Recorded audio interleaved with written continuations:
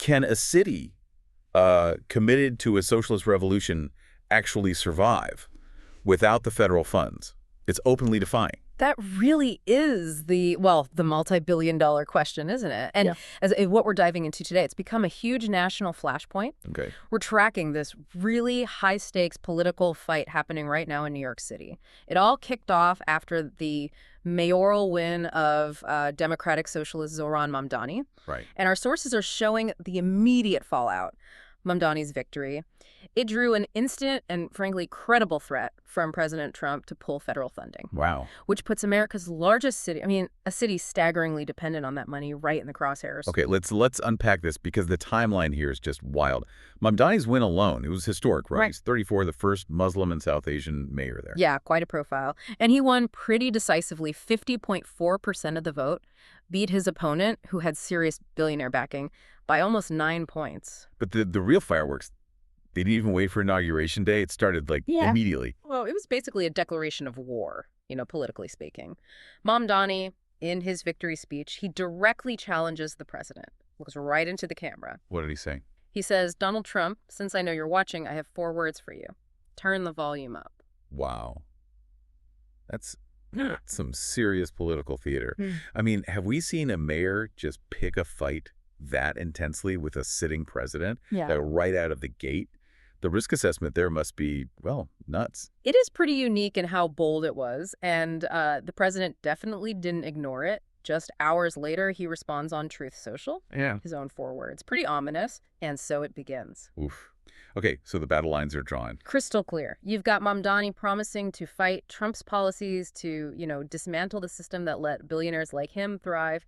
And you've got the president threatening the city's financial lifeline. We're talking over $100 billion a year in federal money. Over $100 billion annually that flows into NYC in various ways. Yeah. So this isn't just like local politics anymore. It's a huge national test case. Can a self-declared socialist government survive direct federal opposition? Let's shift to that ideological battleground then, because the platform Mamdani ran on, it wasn't subtle. Not at all. Unapologetic is the word. Sources are calling his campaign not just a win, but a direct rebuke to the conventional strategies of the Democratic Party. So he basically tossed out the usual playbook, the calculated focus group stuff. Completely rejected it. His supporters saw that old style as calculated, cynical insincerity. He went for ideological purity instead. And part of that purity was calling himself a democratic socialist. Openly. And he didn't stop there. He said, and this is a quote, that billionaires should not exist. Whoa.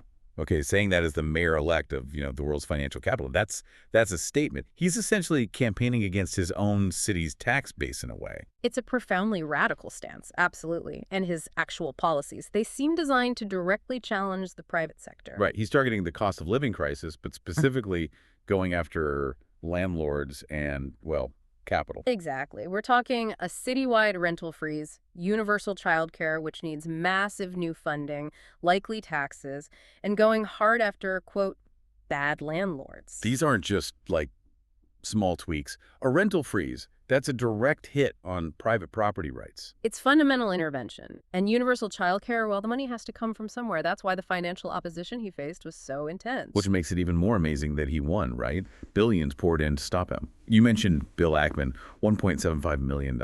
Yep, and former Mayor Michael Bloomberg dropped a staggering $8.3 million on anti-Mamdani efforts. So he literally beat the very financial elite he says shouldn't exist. He did. And, that financial fight perfectly sets up the biggest internal risk for the city now. Mamdani won, promising to end the, quote, culture of corruption that has allowed billionaires like Trump to evade taxation. Okay, but now he has to govern. And the big question becomes, how hard can he push that anti-billionaire agenda before, ideology crashes into arithmetic? Yeah, this is where the political talk stops and the spreadsheets start talking back. The city's ability to fund just its current services, let alone this ambitious new stuff, it really hinges on Washington, doesn't it? It absolutely does. The numbers here are just, stark. That total federal flow into NYC, over $100 billion a year. That money is basically the foundation for the city's entire social safety net. Okay, $100 billion is such a huge number, it's almost hard to grasp. Can we break it down? You mentioned there's sort of two different pots of money here. That's a good way to put it. Two mainstreams. First, there's the money that goes, directly into the city government's bank account. For fiscal year 2025, the city's operating budget counts on about $9.6 billion in federal revenue. Okay, $9.6 billion. What percentage of their budget is that? It's about 8.3%. So nearly a tenth of the money they use to pay for police, sanitation, schools, core city services. And the other pot, the much bigger one. You said $92 billion. Yeah. Where does that money go if not to City Hall? Right, that massive chunk, the $92 billion, it flows around City Hall directly to other public entities, institutions, and crucially to individuals. So that's things like... That's the money keeping vulnerable people afloat. Think grants for hospitals, direct aid payments, big entitlement programs, housing subsidies. If the president cuts this funding, it's not just a City Hall budget problem. It means potentially millions of New Yorkers could lose their Medicaid or food stamps or housing help almost overnight. This gets us to something you hear sometimes, especially from conservatives, this idea of the net contributor paradox. NYC pays more in federal taxes than it gets passed. Right. So why can't it just, go it alone? That's the paradox, exactly. Yes, technically, New York City as a whole sends more tax dollars to D.C. than it gets back in direct federal spending to the city government and residents. But, and this is critical. There's a catch. A huge catch. That positive balance, it's incredibly fragile, and it depends almost entirely on the ultra-wealthy residents. Our sources have this, frankly, terrifying statistic for a socialist mayor. Okay. The top 1% of earners in New York City, they pay 48% of the city's personal income taxes. Wait, say that again. 48%. From just the top 1%. 48%. Just think about that.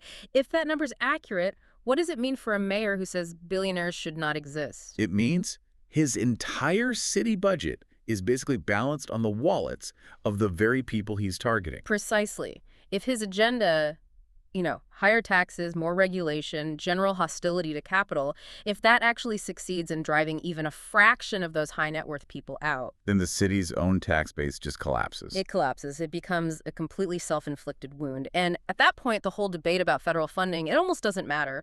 The city wouldn't be able to pay for its own social programs, whether Trump cuts funding or not. That underlying fragility makes the federal threat seem even scarier then. So if the president does try to turn off the federal spigot, where would the pain hit first? What gets cut? You'd see essential social services potentially gutted almost instantly. Take the Administration for Children's Services, ACS. Half its budget, 50%, comes from federal funds. That's about $1.578 billion. Gone. Wow, half. Or look at the NYC Housing Authority, NYCHA, the city's huge public housing system. It gets $3.7 billion in federal operating subsidies. Without that, the buildings, the infrastructure, it degrades incredibly quickly. And then there's the direct human costs. Right. Healthcare, right. Exactly. You've got Medicaid and the Essential Plan covering almost 5 million New Yorkers. The federal government pays for about $31 billion of that each year. $31 billion for healthcare alone. Yes. And then things like housing vouchers. If proposed cuts to Section 8 happen, the city could lose over 9,000 of those vouchers almost immediately. That's throwing thousands of the poorest families into crisis. This isn't, abstract budget stuff. It's housing, heating oil, food, childcare, basic survival. Okay, so the threat is massive, over $100 billion. But what about the legal side? Can President Trump actually just stop the money flow because he doesn't like the mayor's politics? Isn't there some check on that? That is the crucial legal question. And yes, there are supposed to be checks. Trump warned he'd send only the very minimum. But the Constitution is pretty clear here. How so? Article 1, Sections 8 and 9. They give Congress, not the president, the power of the purse, the power to decide how money is spent. The president's job is just to faithfully execute the laws Congress passes. And that includes spending the money Congress tells him to spend. So legally, if Congress has already approved, say, $3 billion for NYCHA, the president can't just decide not to send it. That refusal to spend allocated money, it's called impoundment. And after President Nixon tried doing that a lot back in the 70s on programs he disliked, Congress pushed back. They did. They passed the Impoundment Control Act of 1974.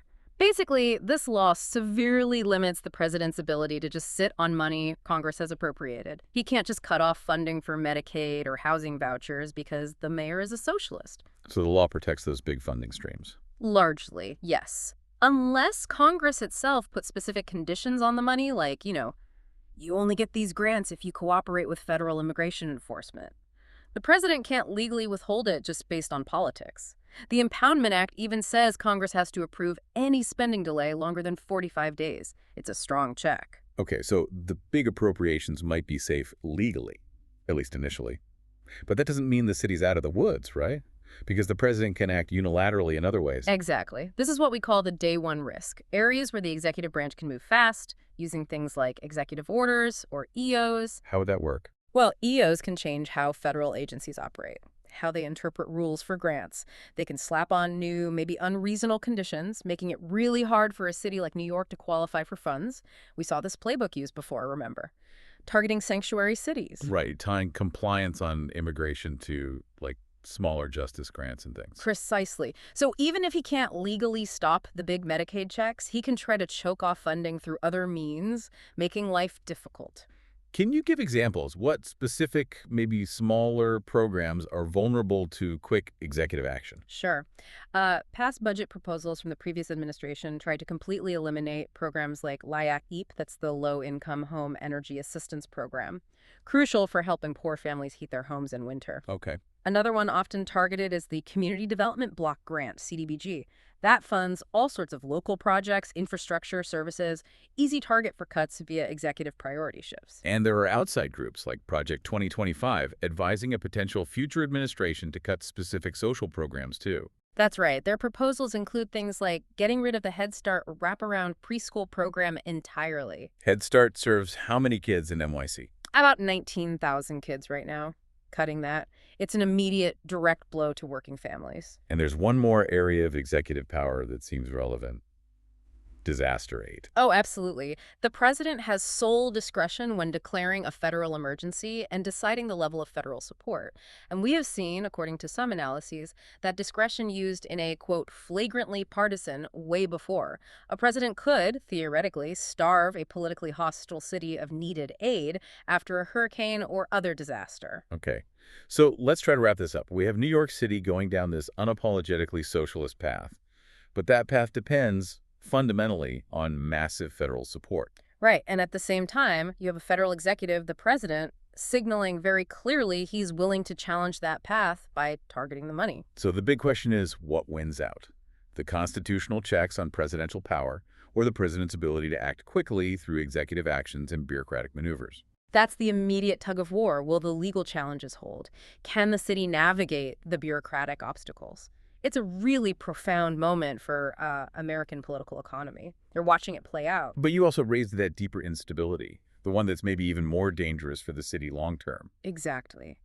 Because the president's threat, in a way, just shines a spotlight on this fundamental weakness in Mamdani's position. Which is? If his socialist agenda, the higher taxes, the anti-billionaire rhetoric, if it actually works to drive away those super wealthy residents, the ones paying almost half the city's income taxes. And the city's own money dries up. Precisely. The local revenue collapses. And then it doesn't matter if the feds send the money or not. The city can't sustain its safety net. It becomes a battle between ideology and basic arithmetic. And that's a conflict every taxpayer, frankly, should be watching very, very closely.